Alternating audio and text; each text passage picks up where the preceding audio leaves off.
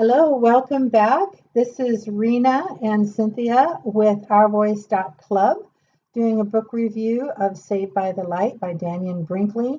And this is part 3 where we're going to discuss the mission and or what happens after your life review. And Cynthia? Yeah, OurVoice.club. We support you as you awaken into expressing your authentic self through developing your connection to Source. So that's what we're all about. That's what we do. Yeah, so now we're going to talk finally about part 3. And after Dannion did his life review with his being of light, he was guided in a unique way, which we think is unique to Dannion. I suppose everybody in their near-death experience has a unique kind of encounter they have. Yeah. Sometimes they're given a choice right away of, do you want to go back? Mm-hmm. I think we have a good friend, James, who was given a choice to go back right away, and he said, yes, I want to go back. So very, very quickly, he's boom, right back in the body. But for those who are lingering longer in that realm, they are sometimes shown a task or a mission that they have to accomplish. And of course, if we don't hear from you, we don't know, then I guess you You stayed. You stayed. You passed on, and you're on to your next adventure. And you went to heaven school, school of heaven. Right. So Dannion has this amazing journey that he goes on with his being of light after he did his life review and gained, I think, the emotional wisdom from that Right. experience. Then his being of light took him to a place of learning. Some people go to a classroom or a schoolhouse or a building. And for Dannion, he went to a crystal city of light. Can you imagine what that must have It's just, felt like when he yeah. saw that? He just describes it as being so magnificent, and Yeah, and I'm going to read a he little was bit. almost speechless when he looked at it. Yeah, I'm going to read a little bit from the book on page 26 and 27. He says, on the mountainside were lights. Through the mist, they looked like houses turning on their lights at twilight. It was beautiful. At first, we moved toward the right side of the mountain range, which was enormous. And they're kind of flying around. He describes it. We banked left and we banked right. He said, we were swept into a city of cathedrals. These cathedrals were made entirely of a crystalline substance that glowed with a light that shone powerfully from within. We stood before one. I felt small and insignificant next to this architectural masterpiece. Clearly, this had been built by angels to show the grandeur of God, I thought. It had spires as high and pointed as those of the great cathedrals of France, and walls as massive and powerful as those of the Mormon tabernacle in Salt Lake City. The walls were made of large glass bricks that glowed from within. These structures were not related to a specific religion of any kind. They were a monument to the glory of God. And then he says, I was awestruck. Isn't that just amazing? Yeah. Just to imagine that. Yeah. Just take a moment and imagine what that must have felt like to see that.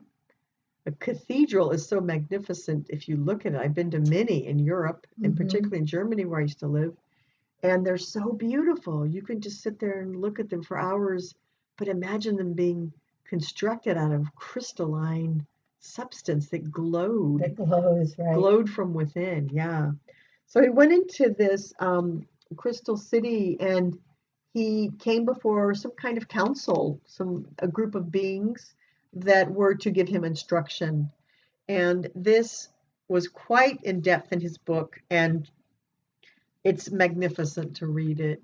He talks about these boxes of knowledge that he was given. He was shown a picture, an image of a specific events that were to take place on the earth in the future. Right. Some kind of future timeline, it seemed like. Right. And that wasn't set in stone, which is interesting to look at, because we can get in another video on timelines. That's a whole nother subject, that there's different timelines that are available, and Impossible. impossible, what timeline do you want to focus on. But what I liked about this piece was that they made it clear that these events didn't have to happen, that we could intervene and change the course of events. So that's really important, because some of them were not very pretty. Yeah, he was shown like I think it was 13 different boxes of knowledge, as he calls it, sort of a almost like a being of light was holding like a television screen or something, Uh-huh. and he could see into it, and he saw some images. Some of them were quite disturbing: war and famine and hunger, disease, and so forth. Um, and it sounded like he was to be given this knowledge so that he could then go back to the earth and make sure that he created um, a way to heal things on earth so that these Right. things wouldn't happen. Is that what you Right. understood Uh-huh. from it? To heal people. They were healing centers that he was to develop Yes. that Hmm. would help people release their trauma, Yeah. because we're so very traumatized after we've come down here through the veil of forgetfulness from being spiritual Hmm. beings, and we Hmm. forget and forget and forget, and then we just are in this dimension where it's just what So we see, what we confusing. hear, what we touch, and we think it's just so solid, and we forget that we are spiritual beings having a human experience, and we forget that we're vibratory beings of light. And then when we experience all this negativity, we're traumatized. And of course, that goes into our cells and into our Lowers Akashic our records, lowers vibrations. our vibration even more. We get more stuck, more So in the his density. mission, from what I understood from the book, was that he was given the task of figuring out a way to help other humans release some of this trauma so that they could then exalt their own stuff and be on their own journey. Yeah, and maybe prevent or circumvent these particular timelines. Right? The more people that are feeling good, then the more feel good thoughts you have, and Yeah, emotions and actions. And and he was shown a lot of revelations. He was shown like 117, I think he said, possible scenarios. Some have come true. For example, he saw in one of these, this was in 1975, by the way, when he had his first near-death experience by being struck by lightning. He was shown the collapse of the Soviet Union that would come on in 1989. So he was already shown these possibilities. And so some of the things have come true and some haven't, thank goodness. right, But regardless, that was sort of unique to Dannion. And what we wanted to bring up was the idea that when we have a near death experience, what I understand is that we go to this beautiful realm and that we can be shown a task or a mission, and then we are to go back to earth and to help set things right. So there's a reason. It doesn't sound like Dannion was given a choice. Dannion was not. He was asked to go back, or he was told to go back. I right, don't know, maybe just told, you will go right. back. And then he died again, and they said the same thing. Yeah. You will go back. So for those who do come back, I think their message is particularly important, that we listen to what they have to say, because they are literally sort of bringing a message from the spiritual world Absolutely, directly. absolutely. And I think too that many of them come back with their gifts that were inherent to all of us are now revitalized. So like Yeah, for yeah. he came back telepathic, and that was a trip. He could actually hear what people were thinking, and they weren't even saying it, and he'd answer their question, And and they hadn't even said it. I hear that's really common. And Dannion has met many thousands of people who've had near-death experiences.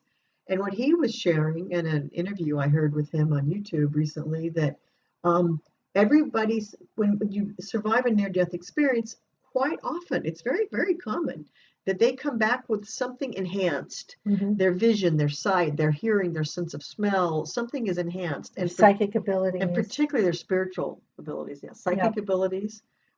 They can become clairvoyant, clairaudient. They can hear things. They can become precognitive. They can know an event is going to happen before it happens. And Dannion, if you remember in the book, right, he talked about that. It started bothering all his friends. Yeah. He would say, well, this is going to happen and that's going to happen. And then it did. And his friends who were watching that thought he was crazy. Right. So I think that's also hard for people who have had a near-death experience. They're made fun of and ridiculed. They're different. And now they're different. Right. Right. They're not like a normal human being anymore. Right. And plus their body has been traumatized. Normally, they have died for a reason, and so they've had to have to come back into this body that may be broken or have heart issues, Paralyzed, or whatever it happens to be. And that was part of the hard part for him as well, is because his body was fried. He says, it was struck by lightning. It went in his head, and so he had a real difficult time inside of his body. So yeah, but yeah, we wanted to touch a little bit too on dreams, right? Like just talking about how we all have these abilities, and when we're all in school. So some of the people that don't come back are in school learning things. I have tried to stay in touch with my father, who is deceased, and communicate that way and stay open to that we can talk to people who are our loved ones who are on the other side. I think you had a communication with your dad, and he shared with you that he was in school. Exactly. Yeah. And didn't he?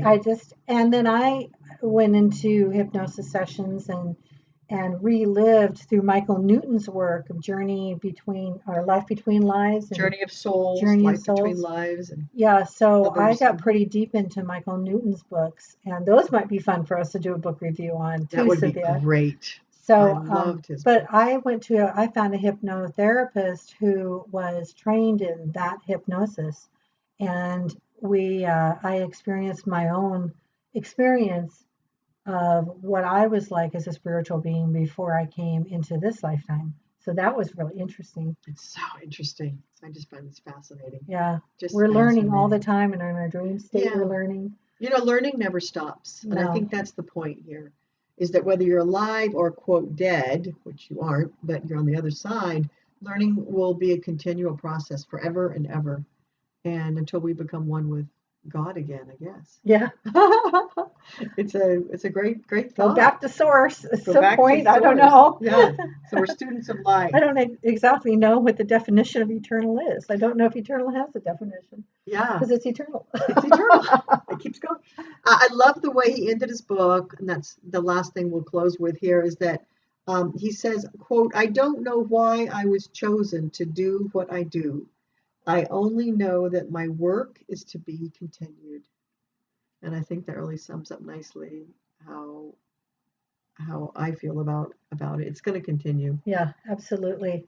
And we wanted to share this with you all, and thank you so much for listening today, because this is very empowering for me personally, and I hope it can be for you. Yes, please like, share, comment, support our channel. We're brand new as of this recording in 2020, and we are finding our way, and we're just two light workers and best friends that are finding our own voices and sharing it with you, that you may have a voice as well. So our website is OurVoice.club, and it's a little membership website. We'd love to have you join us. Yes. So thanks so much. So take care and keep learning. Keep learning and loving, right? Keep learning and loving in the light, in the light. All right. Bye for now. Bye-bye. Take care.